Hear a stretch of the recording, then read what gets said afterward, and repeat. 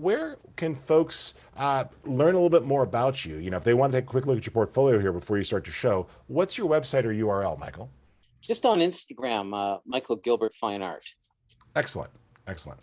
Good. And Michael, for a lot of folks, fine art photography is a term that they hear, but they might not be familiar with. What makes an image fine art? I know to a certain extent, it's the confidence of the image maker of being willing to say, you know what, I'm comfortable selling this as artwork. But are there any working definitions? Or I know if you ask two fine art photographers, they'll give you a different definition. But for you, what makes something a fine art photograph? Well, in its simplest definition, a fine art photograph is a photograph that somebody's probably going to purchase and put on their wall as fine art, as you would a painting or a sculpture on a pedestal. So fine art is just another category of photography that is something that regular photographers, or the way that I started as a portrait photographer, they've already hired me to do their portrait, so they've already had their trust. When somebody has a home, they need to put things on the wall, so you already have this communication going. It's a real short little span to go from already doing their portrait to say, hey, I have some really, really fun images. Would you like to look at them? And maybe you could put them on your wall. And a lot of times as a gift, after I did somebody's portrait at no particular charge, because I print my own images, I make up a beautiful little 18 by 24 and stick it in a little tube, cost me about $8, and I give it to them as a gift. So fine art would be something that I would say that you like to do, but your ultimate attention is somebody's actually going to purchase it. That makes a lot of sense. And this is a good goal here. And you also brought up another thing. A lot of times fine art photographs start as the photographer's passion projects. Like, you're not necessarily taking artistic direction from others. You're free to explore your creativity and then offer that creativity up to the world. So it's not like you have to find clients first. You can actually build a following or look through your collection and bring these images to life and then attempt to market them or bring them to customers or to other folks who are interested, correct? Yeah, Richard, you hit that right on the nail. I mean, it's something that you should be doing on a regular basis. That's the difference between, like, I've had this discussion with other artists and people, things about being a photographer or being in the arts, period. It's okay, as a photographer, we're doing it because it's our passion. Um, in other areas of business, if you're an electrician or if you're a plumber, you're doing this all the whole week and you're working, and then the weekend comes, like, okay, you know what, I'm really bored, I need to go do somebody's plumbing. Photography is something that's always with you. So I always talk to young upcoming photographers that if you don't have something to take a picture of, by all means, make yourself a project, do some self projects. That is the fine art that eventually at some point in time that you will be able to sell. That's awesome. Yeah, Yeah. it's forcing yourself to be creative and work either within limits or around limits to try new things. So, Michael, what would you like to show us today? I'm sure you Well, have some images and maybe a little what I editing. thought first, I wanted to thank you for touching upon something which nobody's really touched on, and you hit it right on the nail. And it's for a lot of folks that are, that have been taking pictures for, well, let's say more than 5 years. Sure. Uh, we all have a bunch of pictures that we took. For me, geez, I can go back a long time. Um, TIFF files that maybe 10 years old, maybe 15 years old. But now with Luminar, which the way I think about Luminar is my paintbrush. It's my final touch that I do after I'm happy with my image. After I'm happy with my image, it's my final touch. And um, that's one of the amazing things. So with this new technology, you can go back to all those files, raw files or JPEG files that you've taken 20 years ago, and it's just unbelievable what you could do. So I wanted to start out, although I want to go over some different types of portraits and the type of work that I do, because none of mine follow the same path. I mean, each Sure. time I edit a picture, they're never the same. I could Well, never use the same that's thing. just fun though, Michael. Like, that's part of the It joy. is. And So, actually, and to even make myself sound older, the other day, just to see how it would work, I scanned in some old film and some negative images and took them into Luminar and worked with them. And it was able to work with scans just fine too. So I actually went to some of my film photography from back in the day of shooting concerts. I had some great photos of Prince and some other ones that I wanted to try enhancing. And a good scan worked absolutely fine. So many of us have scanners around the house these days with our all-in-one devices. If you got some photos or old family albums or even some pictures from when you were a kid lying around, you can have fun with those too. Yeah, absolutely. I mean, you've hit it right. In fact, just to have a little fun, uh, if you can have a Awesome. closer look at That's this. So awesome. this, by the way, folks, is a 1936 Rollyflex. Now, the reason I'm showing it to you, first of all, I still shoot film and have some fun. But the reason I'm bringing this up is when you load this film with 120 film, you have 12 shots, 12. That's it. So the biggest problem that that I have with a lot of photographers is they'll go on their trip, or they'll go to India, or they'll go, hopefully we'll be able to travel again, and they say, wow, I shot 5,000 shots. Well, now you're going to just wind up with carpal tunnel syndrome. So the thing is to think back to the old film days, or buy yourself a camera. So if you have 12 shots in here, try to take 12 good pictures. So I think that's one of the disadvantages of the digital age is you think Yeah. because it doesn't cost you any money, but it costs you in the time, and you tend to just shoot, but not focus. Well, it does cost you in the storage eventually too. So, well, It's good, come Michael. down a I'm lot, going to get out of your right? way and I'm going to keep an eye on the chat pod for you, let you know Yeah, if any burning questions come in, but take it sure. away. We're looking forward to hearing Okay, from you. so can you see my Photoshop screen behind you? No, not yet. Go ahead and click the share screen button at the bottom of your screen and just Okay, share your where's the entire share? desktop. Okay, Should be at the bottom of the screen. You can choose share screen. share screen. I'm looking. Yep. And then I recommend the share entire desktop usually works a little better in case there's pop-up windows or other things or you want to switch apps. Share screen. Okay. And then just click OK. Okay. Okay, You it's see it coming up. now? Yep, we see it now. Yep, I see Okay, good. Photoshop and a little bit of your desktop behind it. There you go. Perfect. Okay, good. So you see the Venice picture up close here? Yep. Okay. So this is this is why first of all, I'm going to go out on a limb and say this particular photograph is coming up to almost 30 years of age. It's probably the first Olympus digital camera. I can't remember the megapixels or the name of it, but 25 years for sure, maybe more. One of the first digital captures. And it's a JPEG because there was no RAW back then. And I was just looking at it. And when I first got the copy of Luminar, rather than going straight into my portraits, I figured, let's just see what it can do. And that's the whole thing is Luminar is like having 1,000 paintbrushes and then some at your disposal. The only way you're going to have to learn how to use them is play with your own images. I can't, it's just something you have to do. It's just take the time and do it. But with not a lot of work, I'm meaning a lot of work, less than 5 minutes, I went to that. So, I mean, that's and I love the lighting there across those buildings. right. So And we just couldn't do color like that. Even today, JPEGs can't do color like that. So that's no, beautiful. I mean, so you're looking at like almost a 30-year-old file, and it was like, okay, I did go back in and and readjust the tones of the light so that the tones of the light did balance, the whole overall image. But the thing is that that's what hooked me in, and I thought, wow, if I could do that, can you imagine all the little subtleties and tones I could bring out with my portraits? So I want to go through a few portraits. Again, my workflow for everybody here is I start in RAW. I only use Photoshop. I don't use Lightroom. My take on something like that is Photoshop's just to get me to where I want. Once I've got my basic formulation down, doesn't take long for me to do that. Like the max would be even 10 minutes, and that would be too long. Then I flip it into Luminar, and Luminar is my final brush before the presentation.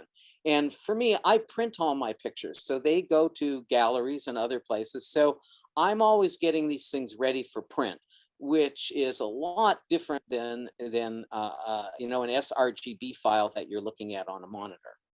So we're gonna start here. So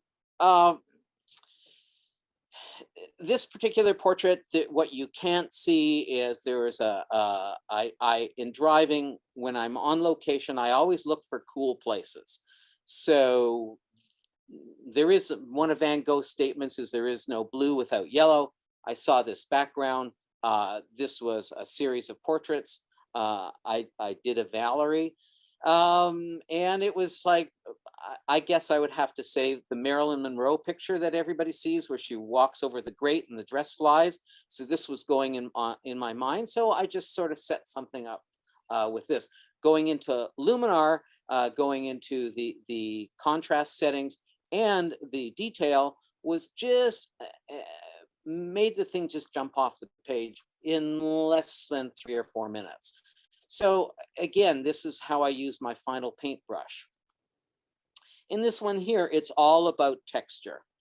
Everything about the image has to do with texture and the water droplets. So again, bringing it into Luminar, I'm able in the detail slider to go in and adjust the fine tuning of all this and just bring out the rain as it looked to me when I was there. So there's really, if you're into textural things, and I use texture a lot in my portraits, especially with water, it's like having that program available to me. Not like I couldn't do this another way, but it's just been a miraculous change for me in the last 5 years. This is one I just finished, and it was taken on the last full moon, the red moon, on location in the lava field. No other existing light, and a lot of times I'll go up to I'm a high ISO shooter, folks. So high ISO means I will not shy away from using ISO of 24,000. So this image and a couple of others are ISO 24,000. If you were out with me on this, you cannot see your feet. That's how dark it is. So the moon was rising, and I posed her like that again in flipping this into Luminar. And if you ever had to hide the noise, and I kind of like the noise. I love that texture. So going back into Luminar and using the denoise settings, using the other settings that you guys actually talked about before, and a little bit of that mystique in there, just flattens it out a bit. And then a final, you can actually then go into the face program, and even with no light, it knows where it is. I can just lighten the face just a touch. So really, these are images that I would say 3 or 4 years ago, you could not take. So I'm one that really likes to explore the options of what can I do with that file. I'm more of a sloppy shooter. I just want to get the essence of the picture, and because they're doing portraits, they're fleeting. It's not like, you know, I have that time to, it's that essence in the moment. So I'll worry about the final tunes and things that I have to do later on. Another thing is that when I do portraits, my commissioned portraits, not everybody wants their face shown. The way to portray this idea to you is when people want their portraits taken, what they are, it's a moment in time. It's a moment in time in their life where their kids or their grandkids can look back and see an image. And that leaves me a lot of room to take images that might not exactly be what you would think of a portrait, like somebody's face, you know, a 3/4 or head and shoulders. So this woman's whole dream is the water. She thinks about mermaids a lot, and in my communication with them. So I got up on the roof. This pool has 3 depths. So that's why it goes the 3 tones of blue. And around 12:30 to 1 o'clock in the afternoon, the water will facet. And I just said, look, your cell phone will ring, your friend will wave to you, and you just swim from one end of the pool to the other. So I think this was my third or fourth shot. The kind of cool thing about imagery like this is it's something I was commissioned to do. It's one of her portraits. But the cool thing about this is it's also a fine art print, and I can also, it's one of the images I would sell in the gallery. So that's kind of, the ultimate respect being played, where that you have one commission, but that same commission is that you can sell it into another market. I've been working in, I have an underwater studio. I've started this more than 30 years ago, and I like that because I paint the back of the pool as black, and it's a real matte black. And again, it's just the certain time of the day. And a lot of times I have an assistant at the top of the pool with a broom, and they move the broom around, and that the broom actually creates the highlights and the shadows. But again, the amount of contrast that was in this particular piece, because the light is 12 o'clock, it's top dead center coming straight down. Again, flipping it into Luminar, and again, going into the contrast, I'm able to bring out all the things on the left and the right, but I'm also able to pull the highlights down so they're just not totally burned out. Again, it's the final paintbrush that Luminar allows me to do to create these particular images. Another one, this is one of the very first images that I used with Luminar in the sky replacement. It's not perfect, but it was just something that I shot out in the lava field, and the stars were amazing, but I didn't have any stars. So this was an image that I never really used it, but I wanted to just show this to you because these are things that you can shoot at different times of the day. I mean, again, this is probably 1:30 or 2 in the morning. She's looking at a little shell where I dropped a little small 1-inch light cube in there, and it lit her up. But again, having the basis of an image like this, and then going back into Luminar and readjusting it to make something magic happen. Now, anybody who's listening to this and you have the program, what you need to do right away is go through your files or create new ones and start saving sunsets and sunrises and moons and all kinds of wonderful things, so that when you go in to add a sky, it's your sky. I don't mind, don't get me wrong, I don't mind generic skies, but then you have one that somebody else has, somebody else, and I can't tell you how many times I've probably seen this particular one. So it's something that's okay once, but it's something that you should develop your own files, and it's so easy. Shooting with the cell phone. A lot of times I will shoot with the cell phone because I like the way the cell phone breaks down. I needed to control the sky in this because it was really gray. So again, flipped it into Luminar. I call this actually my self-portrait because you can see my outline on the back seat.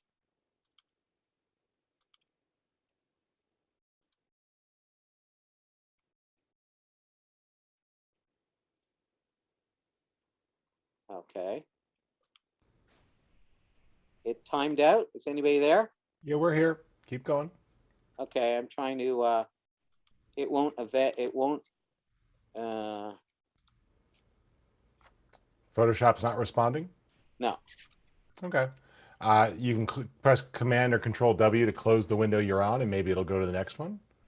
If not, we can have you force quit Photoshop and relaunch. Okay. I'm just glad that in a Luminar webinar, we got to see Photoshop crash. So Great. Yeah, it's that's fine. Just press Command Option Escape on your Mac, okay. and it will bring up the force quit dialog, and you can quit Photoshop and reopen if you want, and maybe that'll work for you. No, it's not doing that either. All right, go ahead and stop screen sharing and just restart your screen share. Maybe your Okay. mouse lost control with your computer. I'm going to go ahead and stop your screen share for a second, and then you could re-invoke it. So just give me a second. It won't stop either. Yep, I'm going to go ahead and take over for a second. Okay. And now, why don't you go ahead and see if is your mouse responding? No. All right.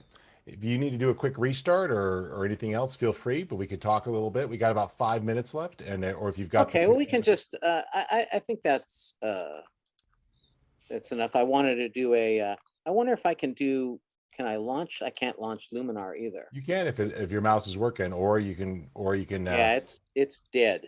I no mean, problem. okay, Sometimes that happens during the day. So yeah, okay. not a problem. Don't do Well, a restart because we don't want to lose you here. yeah. So, the last one I wanted to talk about was I have a bunch of more head and shoulder. Uh, I'm going to call them more simple portraits, but it's being able to use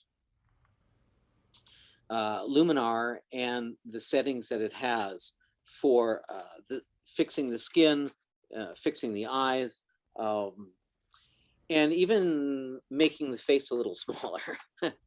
And these are things that, as a portrait photographer, and people, you're trying to please somebody, you you don't want to make it egregious changes, but if you just smooth out a few things, you pop the eyes a little bit, you can easily, if your lighting isn't great and you're straight on and their cheeks are a little puffy, those are like three really simple things that you can do, and they're just, if it was just for those three programs,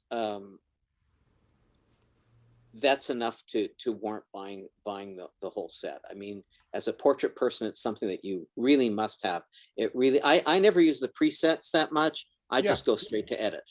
Oh, that's fine. And those edit tools are designed to be easy. And you're going to be very happy, Michael, with Bokeh, which is expected very soon. So we've been testing it internally. It's almost ready to release into the world. And that's going to be another great portrait tool. And I think maybe, Michael, I see you're using it. Not everybody thinks of it as a portrait tool, but that ability to use sky replacement, there's actually times that I just replace the sky with other types of backgrounds and use it as a lighting tool. So that's got that human aware relighting in there is pretty cool. So I think you guys are going to like some of that. Now, Michael, you've shared some great ideas on creativity. Could you just tell folks your Instagram page again so that they can go and look you up and get some ideas? And if there's Sure. any other resources you have out there where people want to keep learning from you? Yeah, it's if you go to Instagram and it's Michael Gilbert Fine Art, that's a great way to reach me. I usually respond to my students, and I post there at least once a day. Coming up, I'm going to be at anybody at WPPI. I'm going to do a little photo I'll be walk. there. Okay, so I'm going to do a little photo walk, and I'm going to kind of do a fashion shoot and a kind of fashion shoot portrait thing, which is, we're going to be doing a bunch of fun things. So I know it's a small class. If anybody going to WPPI, please, please show up. Other than that, it's an incredible tool you guys created, and Well, just keep on at it. we appreciate that. One of the things I want to say, Michael, though, is, and that I hope people are learning this today as you've learned more about how Luminar is made. Luminar is actually a collaboration between some of the best engineering minds and the best artistic minds. And so the team has artists on it, and the team works very close with artists like all of you, where there's the opportunity for you to push us and nudge us and give us feedback. So, a lot of you might have caught Eugene's session earlier today where he talked about like the driving force right now is feedback and the desire of our users of what they want to see and problems they face. So that's really driving what we're trying to do here, either creative options or driving options. And gosh, I wish I could tell you some of the things I've seen. A couple of you, if you've ever get an opportunity from Skylum to take one of the surveys, when you do, you're going to actually see some sneak peeks of some of the things they're looking at. So if you get an email from Skylum saying, we'd like your feedback, it's not a sales ad. It's actually a chance to take a survey. And some of the things that they're showing in there and getting feedback on, I'm just excited because they don't exist anywhere else. Michael, I really enjoyed your session. A lot of folks, if you get a chance to take a look at the chat and the Q&A, you're going to see both a lot of nice things that people were saying, but also just people were excited to see your passion of being able to think like an artist, giving them confidence, giving them permission to go back to their film libraries, try new things. I think that's very inspiring that we don't have to go to buying all new gear that we could go to our entire careers and bring things to life. That's a and get great them camera. and get themselves a film camera with like, so they can go have some fun again. It works, Absolutely. right? Absolutely. That's fantastic. Uh, You should drop a line, Michael, who was talking earlier. He just picked up about 60 film cameras from a collector, including all the right, working condition. So you might, as a fellow film lover, you may want to pick his brain on that. He's got some pretty cool ones. He was sending me that's pictures great. of. I was Yeah, drooling. Well, we should Michael, have thank you. just yeah, all right, buddy. Aloha. Aloha. Take care. Thank you for joining us.